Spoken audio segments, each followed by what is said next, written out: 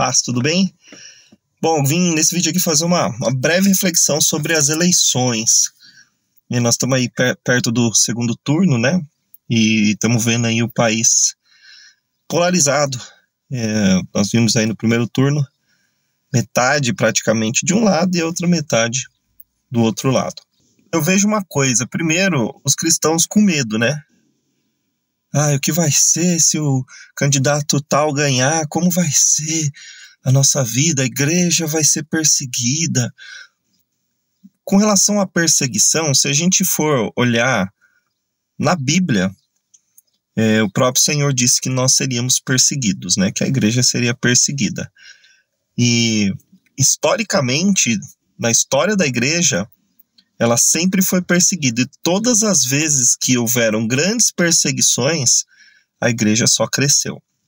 Então eu acho que isso não é uma coisa que nós devemos ficar com medo, né? Isso com relação à perseguição. Segunda coisa é colocar a esperança de mudança em um homem. A Bíblia não falou que os presidentes seriam a luz do mundo, que o prefeito seria a luz do mundo, que o governador... Não, o Senhor Jesus disse, vós sois a luz do mundo. Então o papel de mudança é nosso, né? Nós temos que ser agentes de mudança, nós temos que ser luz onde quer que nós estejamos. Esse é um outro ponto. E uma coisa também que nós devemos refletir é que Deus governa todas as coisas, né? Tem muita gente que fala, não, mas Satanás trabalha, Satanás faz isso, faz. Mas quando a gente lê lá em Jó, Satanás se apresentou lá diante do Senhor e só agiu quando o Senhor deu autorização. Então, Deus governa sobre todas as coisas. Então, nós temos que ter essa paz, né? Saber que não importa o que aconteça, o Senhor está governando e vai acontecer de acordo com o que Ele planejou, de acordo com o que Ele desejou. É claro, nós devemos ter fazer a nossa parte, né? O outro ponto é a questão da igreja se dividir por causa de convicções políticas. Nós temos que prezar pela unidade da igreja, a unidade do corpo de Cristo. O Senhor disse que as pessoas iriam crer quando eles vissem a nossa unidade, vissem que nós somos um. Então, nós temos que prezar por isso. Se uma convicção política é capaz de dividir o corpo de Cristo, isso é um problema, né? Nós vemos ali em 1 Coríntios 3 que Paulo diz que nós somos o santuário de Deus e que se alguém destruir o santuário de Deus, Deus o destruirá. Muita gente usa essa passagem para falar sobre cuidar do corpo. Outras passagens a gente pode usar para isso, mas essa passagem específica, Paulo está falando sobre a igreja, ele está falando sobre as divisões na igreja, ele está falando sobre algo coletivo. Então nós devemos prezar pela unidade da igreja. E é falta de maturidade, né? Você não conseguir ouvir a opinião contrária à sua, sem ficar com raiva, sem criticar. Nós temos que aprender a respeitar pessoas que têm visões diferentes da nossa e amar acima de tudo, porque isso é bíblico. Então, se você não concorda com a posição política de uma outra pessoa, você pode sim colocar a sua visão de mundo, a sua visão com relação à política, falar as coisas que você crê, mas sem disseminar o ódio, sem disseminar a raiva.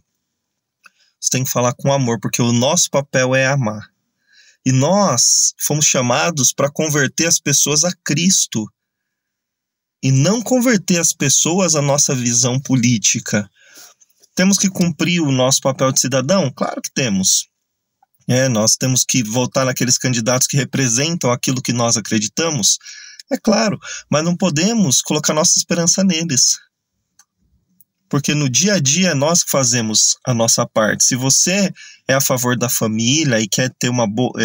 acho que a família é importante, então você tem que lutar para ter uma boa família e para ajudar famílias que estão desequilibradas, famílias que estão se destruindo. Se você é a favor da criança, de uma boa educação para a criança, de dar uma estrutura para a criança, cuida bem dos seus filhos, ajuda um orfanato, faz alguma obra social voltada para isso.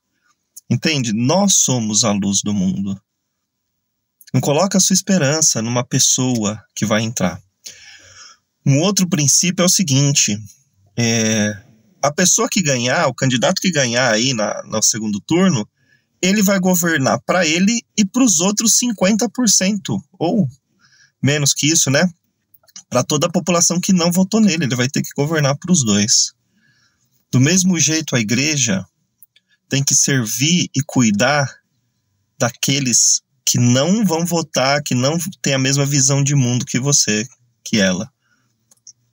Então, por exemplo, se o seu candidato ganhar, você tem que orar por ele, para que ele cuide do país, para que Deus dê sabedoria. Mas se ganhar o candidato que você não quer, você também tem que orar, porque a Bíblia nos ensina que nós devemos orar por aqueles que estão revestidos de autoridade, para que tenhamos vida mansa e tranquila. Em nenhum momento a Bíblia fala para nós orarmos para sermos perseguidos. Não. Então, se o candidato que você gosta não ganhar, você vai ter que orar pelo outro. Esse é o papel da igreja. Nós temos que orar pelos que nos perseguem.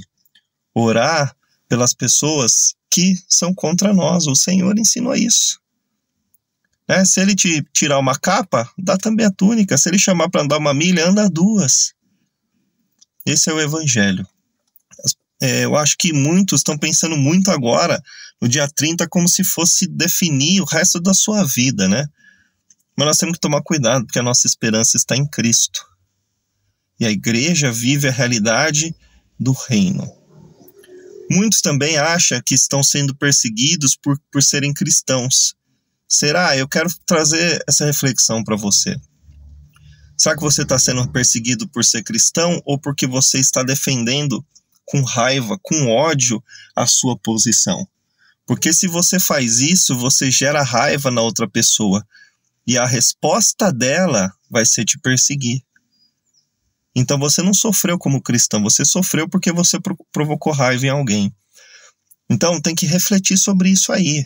O que é ser perseguido como cristão? É alguém que está ali vivendo a palavra, alguém que está pregando Cristo, é alguém que está buscando ser igual a Jesus, é alguém que está buscando levar salvação para as pessoas, cuidar das pessoas, ajudar as pessoas, fazer um bom papel na sociedade. Por isso Satanás levanta perseguição. Fazem mentir sobre você, sobre o seu comportamento, né? Coloca as coisas aí para tentar te desviar. Lembra disso, se não tem perseguição, é porque tem algum problema, porque nós estamos no mundo, a Bíblia fala que o mundo jaz no maligno, e se você está tentando cumprir o papel de luz, Satanás vai te perseguir, porque ele não quer que você faça a vontade de Deus. Então, aprenda isso, né? Pense nisso aí.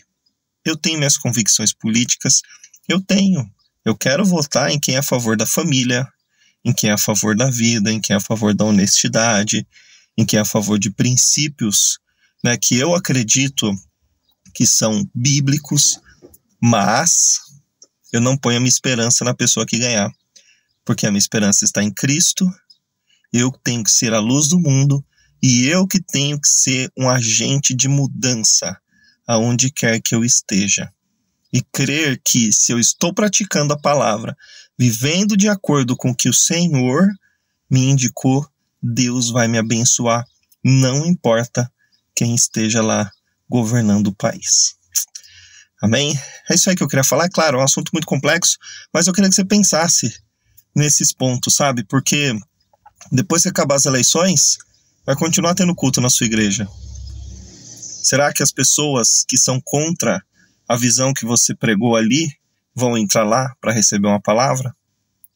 Tem que pensar sobre isso aí, porque as pessoas vão continuar precisando de Jesus, as pessoas vão continuar precisando de salvação. E a igreja é um lugar para receber todas as pessoas e pregar a palavra, levar Cristo para que elas possam receber Cristo, serem transformadas e também se tornarem luz do mundo. Então reflita, leva diante do Senhor, ore e vá votar. Nós tivemos milhões de pessoas que não votaram. Você não pode deixar de votar por causa do medo. A Bíblia fala que Deus não nos deu espírito de covardia, nos deu espírito de poder. Então nós temos que ir lá e temos que votar. Se você pedir para Deus, né, que seja feita a vontade dele, e você pode torcer para que o seu candidato ganhe, não tem problema isso aí.